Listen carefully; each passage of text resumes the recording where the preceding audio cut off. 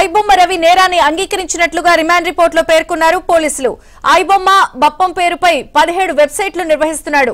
పూర్తి వివరాలు క్రైమ్ ప్రతినిధి ప్రవీణ్ అందిస్తారు. ప్రవీణ్, ఐబొమ్మ రవి రిమాండ్ కేసులో కీలక అంశాలు బయటపడ్డాయి. రిమాండ్ రిపోర్ట్ లో చాలా కీలక అంశాలను గుర్తించడం జరిగింది. ఐబొమ్మ వెనకాల ఉన్నది ఇమ్మిడి రవినే అని సాంకేతికంగా పోలీసులు గుర్తించడం జరిగింది.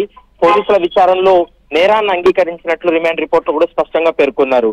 మరోవైపు ఏ విధంగా పైరసీ వెబ్సైట్లు నడిపాడు అనేటువంటి అంశాన్ని పోలీసులకు పూసగుచ్చినట్టు రవి చెప్పినట్లు స్పష్టంగా అర్థమవుతుంది. మరోవైపు రవిని పట్టుకోవడంలో పబ్లిక్ డొమైన్ రిజిస్ట్రీ సహాయాన్ని పొందినటువంటి సైబర్ క్రైమ్ పోలీసులు ఐబొమ్మ బప్పం పేరు మీద దాదాపు 17 వెబ్సైట్ క్రియేట్ చేసినటువంటి రవిని కీలక అంశాలు రవిని విచారించినప్పుడు కీలక అంశాలు బయటపడ్డాయనేది పోలీసులు అందులో స్పష్టంగా పేర్కొన్నారు. క్రిప్టో కరెన్సీ వాలెట్ నుండి రవి ICICI ఖాతాలకు కూడా నగదును బదిలీ చేసినట్లు కూడా స్పష్టంగా అర్థమవుతుంది. ముఖ్యంగా 2 డొమైన్లను ఏర్పాటు చేసుకొని వాటిని నడిపాడు. ఈ 2 డొమైన్లు